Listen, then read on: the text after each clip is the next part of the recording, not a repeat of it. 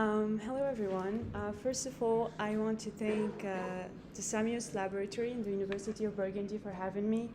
I am Dr. Salma al-Burkadi. I hold a Ph.D. in Information Communication Science. In my thesis, I dealt with the issue of Uber's digital mediation and its impact on the health of drivers. And today, I'd like to focus my presentation on Uber's communication for the COVID-19 prevention measures and how such a strategy is proven to be a paradoxical social responsibility. I suppose that everyone here has already tried Uber driving service, whether you come from France, the US, Canada, or any part of the world. Uber is an international platform, and in only a few years after it started back to 2009 in San Francisco, Uber succeeded in revolutionizing the transport sector. But behind such a remarkable service lies a great amount of precariousness and health problems among Uber's drivers. As part of my thesis project, I carried out 50 semi-structured life story interviews with VTC drivers between November 2019 and October 2020. VTC means transport vehicle with drivers. It's a legal status that was promulgated in France in 2009. To give you a general idea of the sample, I interviewed 39 men drivers and 11 women drivers. 82% of these interviewees work in the Paris region, 12% in the Marseille region, and 6% in the Lille region. 26 participants are between 25 and 39 years old. 20 are in the 40 to 54 age group, and 4 are between 55 and 69 years old. Despite this variety and geographical dispersion of drivers, the unionization rate is quite high, since 22 of the respondents belong to unions against 28 who don't. 30 of these interviews were conducted during the COVID pandemic. The chosen methodological tool and the large number of interviews required automatic data processing in the first place. So I used the qualitative processing software Atlas T, which allows categorization by codes that the user defines from the research question. All this data have been processed by content analysis. Before exploring the results of this study, let's see what the law in France dictates Uber to do or not to do. Despite the recognition by the Court of Cassation in March 2020, the employment contract between Uber and VTC drivers, there is still no law that obliges Uber to communicate about occupational health, neither does it dictate actions to protect the health of drivers. For your information, VTC drivers have an employment status of independent contractors. When the French Court of Cassation recognized the employment contract between Uber and drivers, it meant that the independent contractor status was fictitious and that Uber is a transport company just like any other transport company.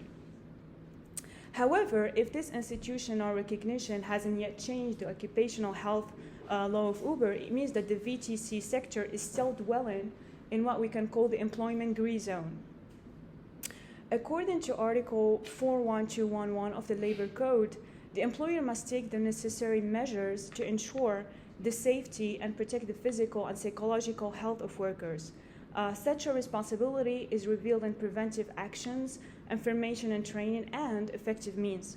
So on the one hand, if we refer to the decision of the Court of Cassation by considering Uber to be a company, it must take this kind of responsibility to protect and secure the health of its drivers.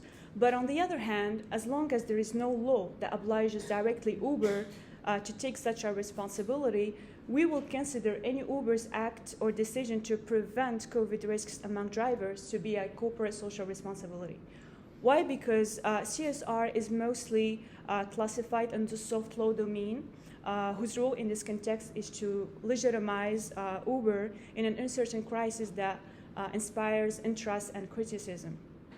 So investing in occupational health prevention was a strategic choice for Uber.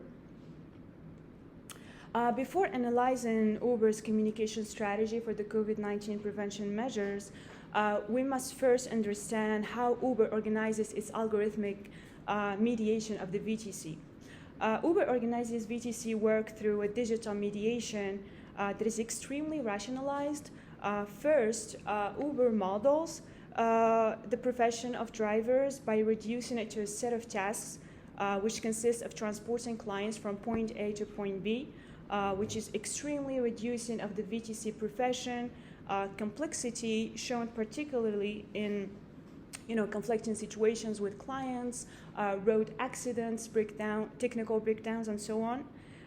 Secondly, Uber delegates its managerial relationship to algorithm, which are techniques and technologies that are programmed to always apply the same logics of answers despite the complexity and the variety of work situation.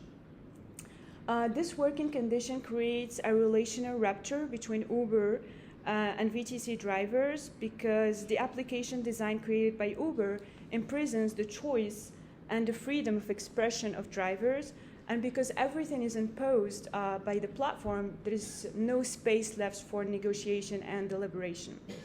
This is what I call a top-down algorithmic organizational communication approach that generates suffering at work through the appearance or aggravation of different forms of work exhaustion among VTC drivers, which can lead to sometimes to occupational diseases. Let's see now how platform that is responsible for causing suffering at work communicated about prevention during the COVID-19 pandemic. On the 27th of March 2020, 11 days after the first lockdown, Uber launched Medics, an emergency service for medical staff. This quick action to maintain the platform's economic operation is clearly related to a significant loss of Uber's turnover. We know that Uber lost $968 million in the fourth quarter of 2020. It was also necessary for Uber to convince the public of the legitimacy of its operation during the lockdown, and this is why Uber targeted the medical staff by communicating about the importance of their profession and how we depend on them now more than ever. So because of the risks that were presented in this specific context, Uber had to develop a prevention communication strategy for VTC drivers. Let's see how. If we go back to Article 4121 of the Labor Code to analyze Uber's prevention measure strategy, we note the following. Uber relays several government recommendations to VTC drivers by email or app notifications. It does not offer training. Effective means that were accessible are hydroalcoholic gels, masks, and partition walls. We can therefore say that these elements represent the preventive actions of Uber according to the law. Uber can only be informed of drivers' actions through users, the drivers and the clients, regarding, for example, the wearing of the mask. If you are a VTC driver and you want to have access to the app, you had to send a selfie with the mask to Uber. Therefore, having access to information for Uber through intermediaries, which are the drivers and the clients, cannot always be a credible health assessment factor. The second point is that the fact that that the VTC work is managed remotely by algorithms, Uber cannot control the risks of contamination.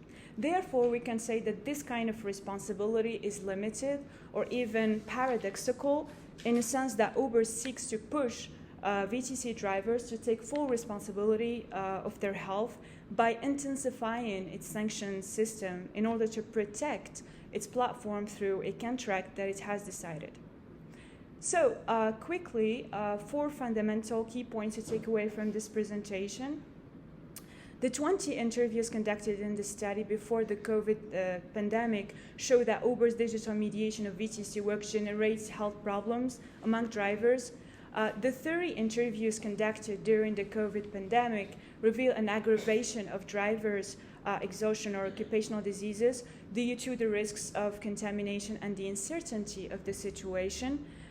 Uber's strategy for the COVID-19 prevention measures is based on an intensified method of sanctions calculated from information relayed by users. Uber's CSR is therefore not only limited but also paradoxical. Therefore, protecting the health of drivers is largely based on the principle of individual responsibility.